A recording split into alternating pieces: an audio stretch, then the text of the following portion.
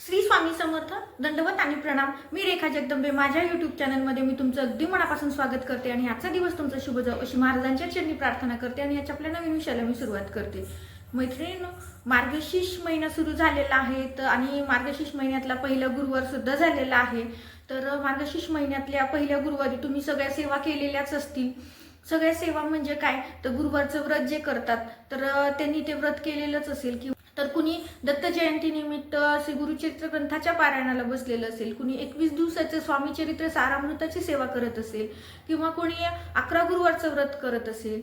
तर म्हणजे काही ना काही आपल्या या मार्गशीर्ष महिन्यामध्ये व्रत चालूच असतात. तर बऱ्याच भगिनी माझ्या सगळ्या व्रतामध्ये किंवा सगळ्या सेवेमध्ये सहभागी झालेले असतील, किंवा काहींनी काही सेवा सुरू केलेल्या असतील. सगळ्याच सेवा सगळी कामं वगैरे करून जमत नसतील, तर अशा वेळेस तुम्ही काहीतरी सेवा, फुल नाही फुलाची पाकळी आपल्याला त्यांना समर्पित करायची आहे, आई भगवतीला समर्पित करायची आहे. कारण मार्गशीर्ष महिना हा दत्त महाराजांना समर्पित आहे. त्यासोबतच माता लक्ष्मी, भगवान विष्णूच्या सेवेसाठी समर्पित आहे.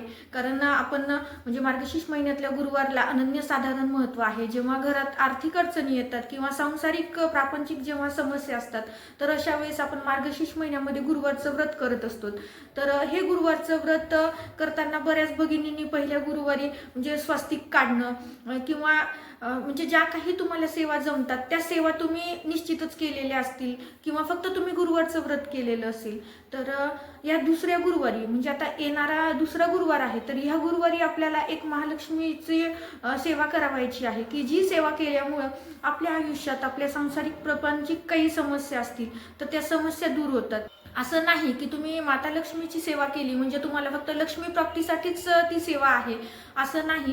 तर लक्ष्मी ह्या अष्टलक्ष्मी असतात, म्हणजे 8 प्रकारच्या लक्ष्मी असतात. तर त्या 8 प्रकारच्या लक्ष्मीमध्ये एक समजा तुम्ही धान्य लक्ष्मी घ्या, संतान लक्ष्मी घ्या, ऐश्वर्य लक्ष्मी घ्या. म्हणजे हे लक्ष्मीचे जे विविध प्रकार आहेत त्या प्रकाराच्या, त्या सगळ्या प्रकारच्या लक्ष्मी आपल्या घरात नित्य वसाव्यात, यासाठी एक आपल्याला उपाय करावायचा आहे. तर तो उपाय कोणता, तर तोच उपाय मी तुम्हाला सांगणार आहे. तर व्हिडिओ स्किप न करता पहा, म्हणजे तुम्हाला त्याची माहिती होईल आणि निश्चितच तुम्ही दुसऱ्या गुरुवारी ही सेवा निश्चितच कराल. पहिल्यांदा आपण बोलूयात, कारण बऱ्याच भगिनींचं असं म्हणणं असेल पहिल्या गुरुवारची तर तुम्ही सेवा केलेली असेल, किंवा पहिल्या गुरुवारी जर तुम्हाला अडचण आली तर तुम्ही दुसऱ्या गुरुवारपासून सेवा करणार असाल. तर तुमचा प्रश्न असा असू शकतो की आम्ही श्री गुरुचरित्र ग्रंथाच्या पारायणाला सुरुवात केलेली आहे, आम्ही घरातच करतोय, तर आम्ही कलश स्थापना केली, तर मग परत म्हणजे गुरुवारचा कलश वेगळा म्हणजे महालक्ष्मीचा कलश वेगळा स्थापन करायचा का, तर निश्चितच. कारण आपल्याला हे व्रत करायचं आहे गुरुवारचं, त्यामुळे तुम्हाला महालक्ष्मी स्वरूप म्हणून आपल्याला कलशाची स्थापना करावीच लागणार आहे. भले तुम्ही दत्त महाराजांसाठी किंवा गुरुचरित्र ग्रंथासाठी कलश स्थापना केलेली असेल तरी सुद्धा तुम्हाला वेगळा कलश स्थापन करावा लागेल. आणि त्यासोबतच मग बऱ्याच भगिनींना प्रश्न पण पडत असेल की आता म्हणजे एवढ्या साऱ्या सेवा कशा करायच्या, कारण काही जणींचे सगळ्याच सेवा चालू आहेत, म्हणजे गुरुचरित्र ग्रंथाच्या पारायणासाठी सुद्धा बसलेले आहेत, त्यांचे 11 गुरुवारचं व्रत सुद्धा चालू आहे. त्यासोबतच 21 स्वामी चरित्र सारामृताच्या सेवेला सुद्धा सुरू केलेली असेल आणि त्यावरचं महालक्ष्मीचं व्रत. तर मग दिवसभरामध्ये आम्ही आता कधी कधी काय काय करावं हा प्रश्न पडतो. तर महालक्ष्मीच्या किंवा भगवान विष्णूच्या सेवेसाठी किंवा कुठल्याही इतर देवतेच्या, दत्त महाराज सोडले म्हणजे स्वामी महाराज सोडले, तर यांच्या व्यतिरिक्त इतर कुठल्याही देवाच्या सेवेसाठी कुठल्याही वेळेचं बंधन नाही. कारण आपण दत्त महाराजांचा 12 ते 12:30 हा कालावधी भिक्षेचा असल्या कारणामुळं आपण ह्या काळामध्ये सेवा करत नाही, म्हणजे फक्त दत्त महाराजांची सेवा करत नाही, पण बाकी इतर देवतेची सेवा करण्यासाठी, इतर देवांची सेवा करण्यासाठी काहीच हरकत नाही. तर तुम्ही 12 ते 12:30 हा कालावधी म्हणजे तुम्हाला सगळ्या सेवा करायच्यात, तर त्यात पुन्हा हा अर्धा 1 तास स्किप करायला नको. तर तुमच्या दिवसभरामध्ये सेवा सुद्धा व्हायला हव्यात, त्यामुळे तुम्ही या कालावधीमध्ये महालक्ष्मीचं व्रत केलं तरीही चालतं. कारण भगवान विष्णूची कुठली सेवा करत असाल, जसं की विष्णू सहस्त्रनामावली वगैरे, तर तुम्ही ती सेवा केली तरीही चालतं. कारण फक्त आपल्याला या कालावधीमध्ये म्हणजे तुम्ही 11 गुरुवारचं व्रत करताय किंवा तुम्ही 21 स्वामी चरित्र सारामृताची सेवा करत असाल, तर फक्त ह्या सेवेला किंवा गुरुचरित्र ग्रंथाचं पारायण करत असाल तर फक्त ह्या सेवेसाठी 12 ते 12:30 म्हणजे पावणे 1 पर्यंत हा वेळ आपण गृहीत धरत नाही सेवेसाठी. कारण तो महाराजांना समर्पित भिक्षेचा काळ असल्यामुळं आपण त्या कालावधीमध्ये ह्या सेवा करायच्या नाहीत. तर इतर सेवा तुम्ही कुठल्या पण केल्या तरी चालतं. चला आता मूळ मुद्द्यावर येऊया की दुसऱ्या गुरुवारी आपल्याला महालक्ष्मीला काय समर्पित करायचं आहे की ज्यामुळं आपल्या घरामध्ये अखंड अष्टलक्ष्मी निवास करतात किंवा आपल्या घरावरती नित्य माता लक्ष्मीचा वरदहस्त असतो. तर त्यासाठी आपल्याला माता लक्ष्मीला प्रिय असणारी अशी लवंग अर्पण करायची. तर ती लवंग कशा पद्धतीने अर्पण करायची, तर आपल्याला 11 लवंग घ्यायच्यात आणि त्या 11 लवंग अखंड असायला हव्यात, म्हणजे त्याच्या फुलासहित जे वरचं देठ असतं, म्हणजे देठापासून जे वरती गोल भाग असतो त्याला आपण फुल असं म्हणतो, तर त्या फुलासहित अखंड लवंग असायला हवी. तर त्या 11 लवंग आपल्याला माता लक्ष्मीला समर्पित करायच्यात. तर 11 लवंग एकदाच समर्पित न करता तर त्यावरती आपल्याला एक लवंग, म्हणजे पहिल्यांदा आपल्याला उजव्या हातामध्ये एक लवंग घ्यायची आणि ती लवंग घेतल्यानंतर त्या लवंगेवरती आपल्याला श्री महालक्ष्मी अष्टकम म्हणून घ्यायचं आहे. परत ती लवंग बाजूला ठेवायची आणि दुसरी लवंग घ्यायची आणि दुसरी लवंग घेऊन त्यावरती महालक्ष्मी अष्टकम म्हणायचे. असं आपल्याला 11 वेळेस महालक्ष्मी अष्टकम म्हणायचे. आता तुम्ही म्हणाल का 11 लवंग एकाच हातात घेऊन आपण 11 वेळेस महालक्ष्मी अष्टकम म्हटलं तर चालेल का? तर म्हणजे कुठल्याही गोष्टीसाठी पळवाटा, म्हणजे प्रत्येक गोष्टीसाठी पळवाटा निघतच असतात, परंतु सेवेसाठी सेवा करताना, कुठल्याही देवाच्या सेवा करताना आवर्जून आपण पळवाटा पाहायच्या नाही किंवा शोधायच्या नाही. तर आपण म्हणजे प्रत्येक लवंगा एक एक वेळेस हातात घेऊन आपल्याला ही सेवा करायची आहे. कारण प्रत्येक लवंगेला तिचा मान भेटायला हवा. कारण जेव्हा आपण समूहात असतो तेव्हा वैयक्तिक आपल्याकडे लक्ष कुणीच देत नाही, तर त्यावेळेस कुठेतरी भावना दुखवतात. त्याच पद्धतीनं म्हणजे प्रत्येक गोष्ट जेव्हा आपण माता लक्ष्मीला समर्पित करतो तर ती प्रत्येक वस्तू किंवा प्रत्येक जिनस माता लक्ष्मीला समर्पित व्हावं या उद्देशाने आपण फक्त एक एक लवंग घेऊन आपल्याला ते 11 म्हणजे एक एक लवंग घेऊन आपल्याला महालक्ष्मी अष्टकम म्हणायचे. आणि मग 11 वेळेस म्हणून झाल्यानंतर मग ते 11 पण हातात घेऊन जे काही आपली इच्छा असेल ती आपल्याला माता लक्ष्मीला सांगायची आहे आणि ती माता लक्ष्मीच्या पुढे म्हणजे आपल्या देवघरामध्ये त्या लवंग ठेवून द्यायच्यात. तर ते किती दिवस ठेवायच्यात, तर ह्या लवंग आपल्याला मार्गशीर्ष महिना होईपर्यंत ठेवायच्यात. जर तुम्हाला दुसऱ्या गुरुवारी शक्य झालं तर तुम्ही दुसऱ्या गुरुवारी करा. जर तुम्हाला तिसऱ्या गुरुवारी करणं होत असेल तर तिसऱ्या गुरुवारी, म्हणजे या 4 पैकी गुरुवारी कुठल्याही गुरुवारी तुम्ही सेवा केली तरीही चालतं. परंतु प्रत्येक वेळेस आपल्याला वेगळं काहीतरी माता लक्ष्मीचं आवडतं समर्पित करायचंय. तर शक्यतोपर्यंत तुम्ही दुसऱ्या गुरुवारी करा की जेणेकरून त्या 11 लवंग आपल्या देवघरामध्ये पूर्ण मार्गशीर्ष महिना होईपर्यंत माता लक्ष्मी समोर समर्पित असतील. तर यामुळे तुम्ही दुसऱ्या गुरुवारी करण्याचा प्रयत्न करा.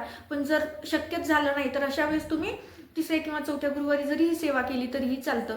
आणि त्यानंतर मग आता या लवंगा काय करायच्यात, तर या लवंगा आपल्याला म्हणजे घरातच खाऊन घ्यायच्यात. मग ते तिखट कुठल्याही पदार्थामध्ये टाकायच्या नाहीत. मग तुम्ही भाजी कराल आणि त्यात मी वाटून टाकते म्हणाल तर तिखट कुठल्याच पदार्थात टाकायचं नाही. जर तुम्हाला खाल्ल्या जात नसतील तर अशा वेळेस तुम्ही चहामध्ये टाकून घेऊ शकता किंवा घरामध्ये प्रत्येक मेंबरनी एक एक लवंग जरी खाल्ली तरी 2-4 दिवसामध्ये त्या निश्चितच संपून जातात. बरेच जण असं म्हणतात की म्हणजे लवंगमध्ये हीट जास्त असते, उष्णता जास्त असते, त्यामुळं म्हणजे खाल्ल्याने तोंड वगैरे येते. तर अशा वेळेस आता हिवाळा चालू आहे त्यामुळे आपल्याला आपल्या शरीराला हीटची गरज आहे, उष्णतेची गरज आहे. त्यामुळं आपण एखादी किंवा 1-2 लवंग खाल्ल्या तर आपलं काही एवढं काही आपल्या शरीरावरती अपायकारक होणार नाही. कारण शेवटी लवंग ही औषधी गुणधर्म असणारा पदार्थ आहे आणि तो आपल्या शरीराला चांगलाच आहे. आणि हिवाळा असल्या कारणानं त्या उष्णतेचा आपल्या शरीरावरती काहीच अपाय होणार नाही, त्यामुळं ते आपण खाऊ शकतो. आणि असंही तुम्ही 12 महिने सुद्धा दररोज एक लवंग माता लक्ष्मीला समर्पित केली तरीही खूप चांगलं. कारण आपण जेवढ्या माता लक्ष्मीला आवडते गोष्टी आहेत त्या जर किंवा आवडते जिनस आहेत ते जर माता लक्ष्मीला समर्पित केल्या तर निश्चितच माता लक्ष्मी आपल्यावरती प्रसन्न राहते. त्यामुळं जेवढ्या शक्य असतील तेवढ्या गोष्टी आपण वाहण्याचा प्रयत्न करतो.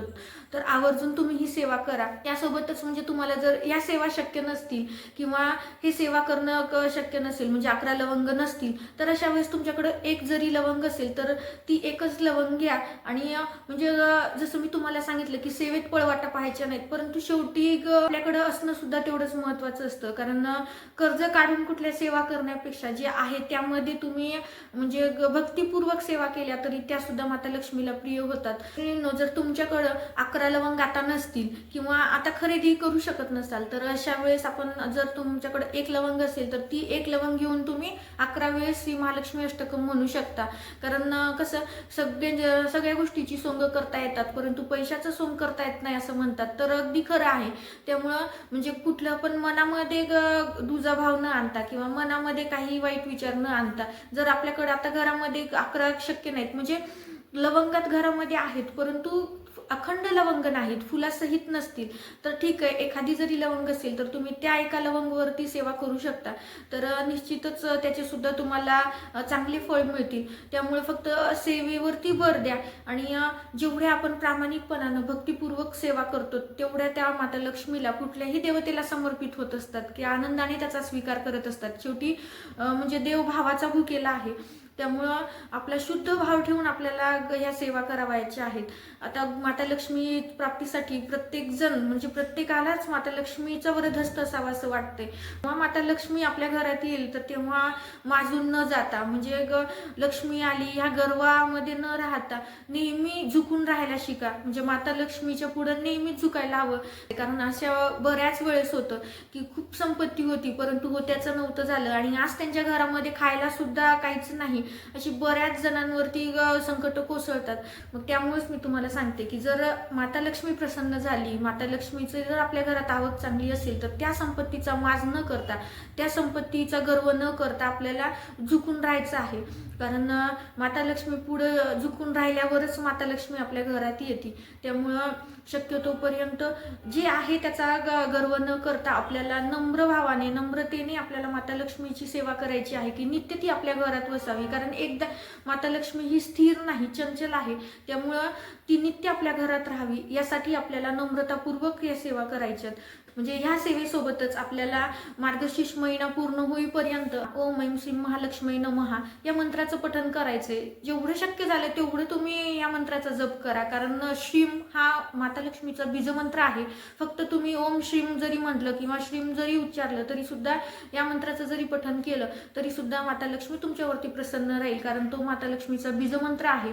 बीजमंत्राच्या जपाने सुद्धा अनेक आपल्या आर्थिक समस्या किंवा सांसारिक समस्या मिटतात. त्यामुळं तुम्ही ह्या मंत्राचं मोठ्या प्रमाणात पठण करा. आपल्याला सेवा भरपूर करायच्यात. तर आज भरपूर सेवेमध्ये सुद्धा तुम्हाला जसा मिळेल तसा वेळ काढून आपल्याला सेवा करायच्यात. परंतु म्हणजे सेवेत कायम राहायचंय. झालेली सेवा मी महाराजांच्या चरणी, माता लक्ष्मीच्या चरणी रुजू करते आणि हा व्हिडिओ इथंच थांबवते. माहिती जर आवडली असेल तर लाईक करा, शेअर करा. आपल्या चॅनलवरती नवीन असाल तर चॅनलला सबस्क्राईब करायला मात्र विसरू नका. अशाच एका नवीन व्हिडिओ सोबत, अशाच एका नवीन माहिती सोबत पुन्हा भेटूया. श्री स्वामी समर्थ. दंडवत आणि प्रणाम.